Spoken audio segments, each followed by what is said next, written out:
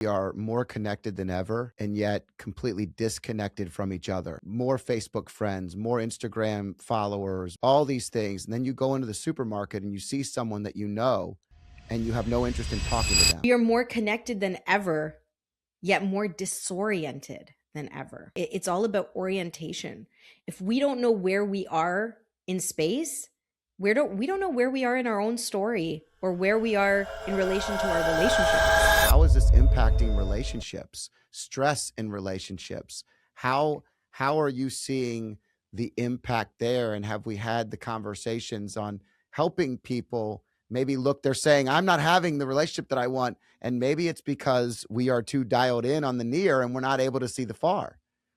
I love that you brought this up. So, I talk a lot about relationships in my upcoming book called Stuck in a Flat World, where, we are stuck in a flat world.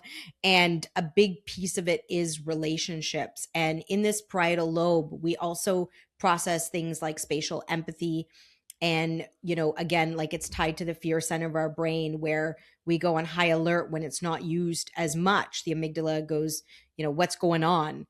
And we start getting scared. So a lot of the symptoms are not wanting to go into crowds, wanting to be more introverted, not engaging with people one-on-one, not wanting to even talk on the phone. So that's a skill that's also processed in this area of the brain. But so many everyday skills, a fear of driving, that you mentioned that's a huge one, because there was a study out of the US that 25% of non-driving teens cite fear, the amygdala, as the primary reason for not wanting to drive. When we were younger, we jumped at our license. I Couldn't failed 3 wait. times and I still went right at Yes. it. So, that was huge for us. So this is definitely affecting our relationships. And part of spatial awareness, which is processed in the parietal lobe, it's processing our space, is not only knowing where we are in space, but where we are in space in relation to others. So how close are we? How close can we be? Their facial expressions, judging them, their body movement, our body movement towards them, how we can lean in, how we shouldn't lean in. These are all things that we took for granted.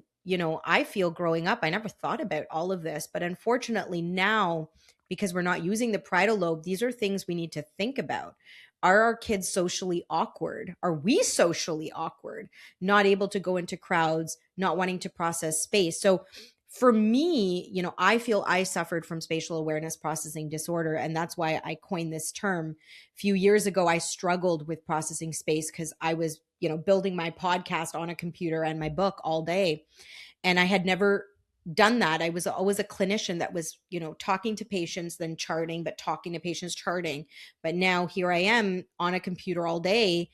And I feel I lost my sense of space. So I'm an extrovert, but I became an introvert, and I started telling people I'm an introvert. I thought it was because I was 40, like you mentioned. I was like, oh, that's why. And I started fearing driving. So my husband would have to drive everywhere for me. I wouldn't even go to familiar routes. And even familiar routes, I was starting to use the GPS.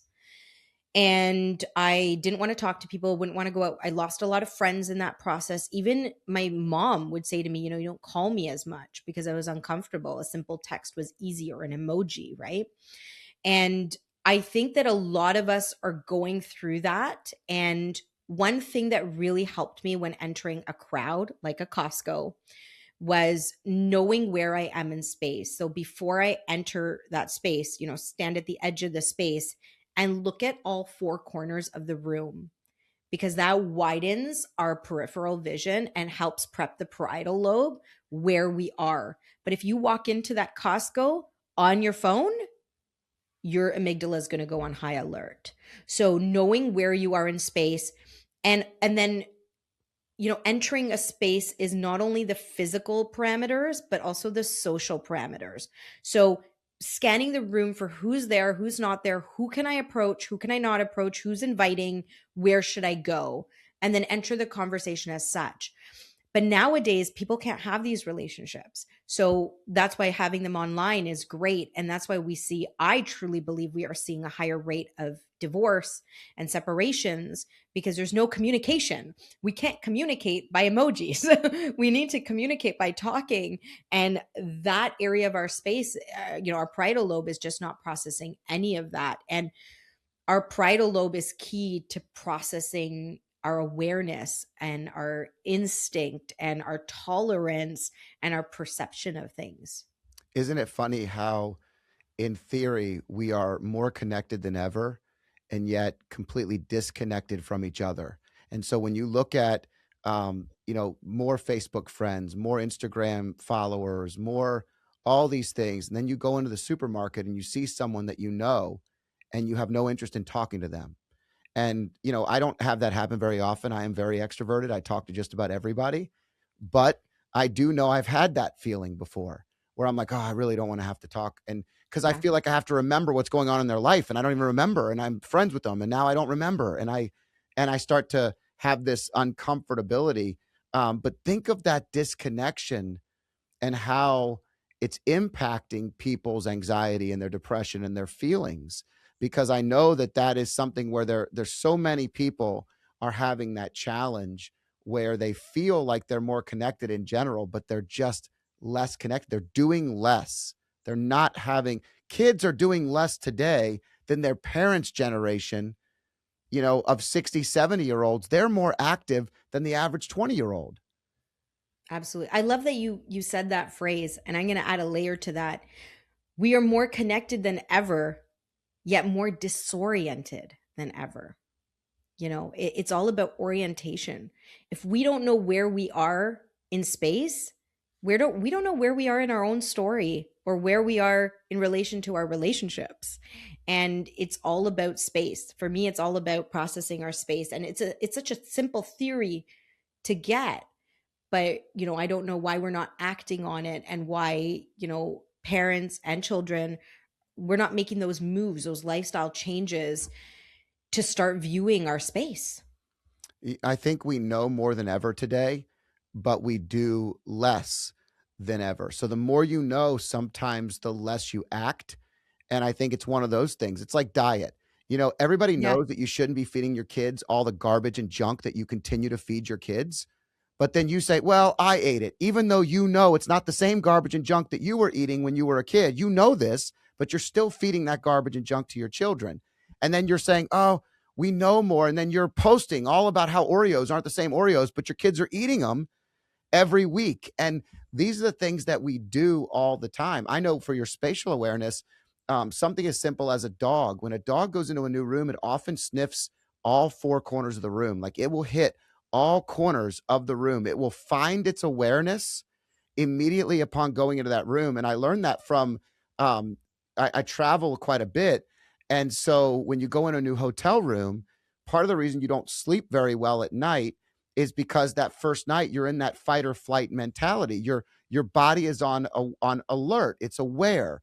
And one of the tricks of the trade is that if you go into the space and kind of visit each of kind of walk the perimeter, open the blinds, set up your stuff, like that, you'll sleep a lot better if you create that awareness internally in that new That it's a space. safe space. Yeah, that it's and then that's how the amygdala calms down, so it's not on high alert. But I love how you compare that to a dog because it's so true. Like when a dog comes into your home for the first time, it runs and darts and checks out everything, goes upstairs, downstairs, and then and that's exactly what dogs do. Yeah, that's a great analogy. Well, that's what I was thinking as you were talking about spatial awareness. I think, I also think about, going back to the relationships. I grew up where Saturday and Sunday, my mom was in the kitchen a lot. And the whole time she was in the kitchen, she was on the phone. And the whole time she was on the phone, she was talking to her Nice. mom, her sister. She's spun up in the cord. She's making breakfast and then she's making lunch and then she's cleaning up and the whole day.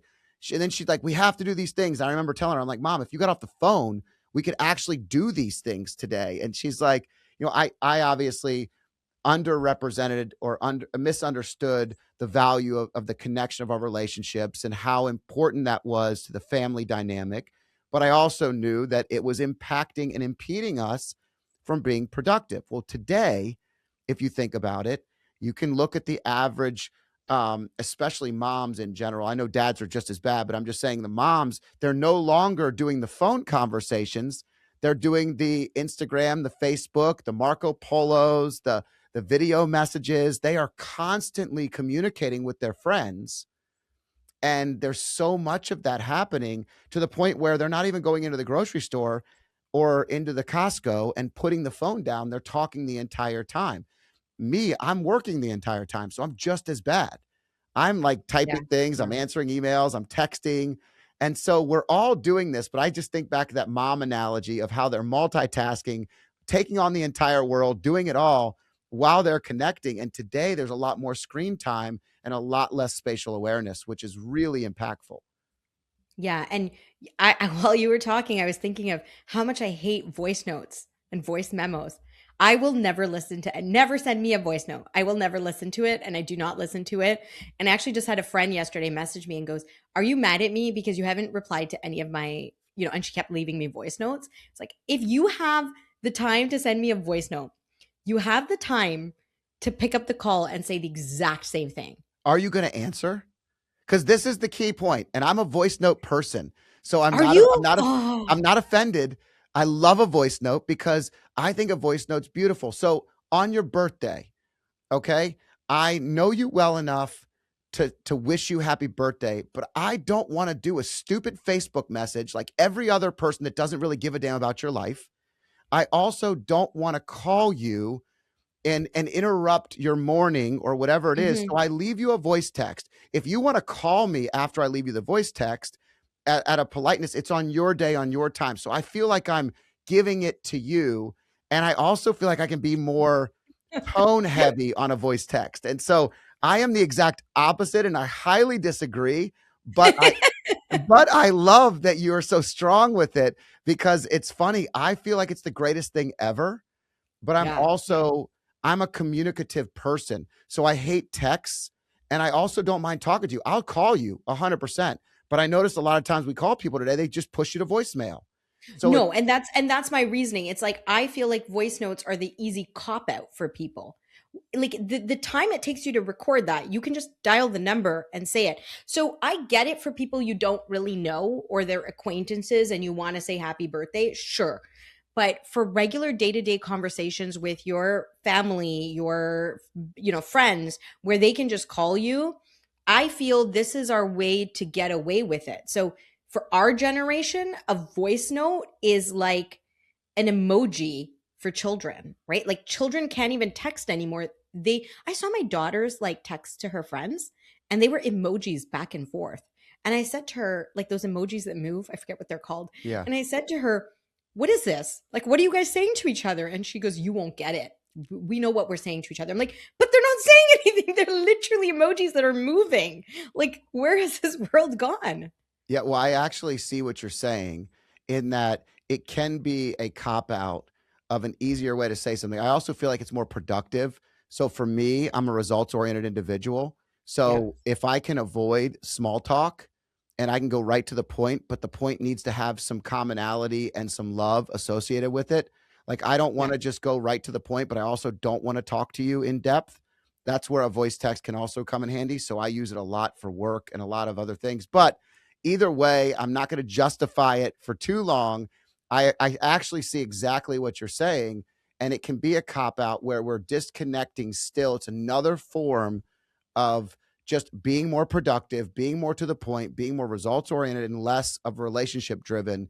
I just have always felt like it's another way to keep relationships going if you're not able to catch somebody. I So mean, it's still something. It's still something, and I think we're losing relationships altogether. You'll walk into a high school and see kids in the corner on their phone. You won't see them talking to each other like we used to. Um, basic things in space. Like I'll see that kids can't even line up. Like when we were younger, we would line up to go, for recess or whatever. I walk into the kids' schools these days and I'm like, they can't even stay in a line. Everyone's wobbling out of line and I feel like they're all off balance. But that's another reason. If you sit on your computer, I don't know if you've noticed this, Scott, and then you get up, do you notice like you need a second to move? That's your vestibular system, which is processed in your parietal lobe. It needs that second because it's not been trained for the 3 hours you were sitting on your computer. That happens to me all the time. So I'll be typing. If I'm on it for a while, then I get up. It's like I got to give my body the second. And I always thought it's because like I'm getting older, so I have weak knees. And I'm like, oh, I might be like, I'm going to fall or something. Then I realized it's because I can't process my space. So YouTube has this cool feature where they pick the next video for you, and it's right here on this screen. So I hope you enjoy this next video.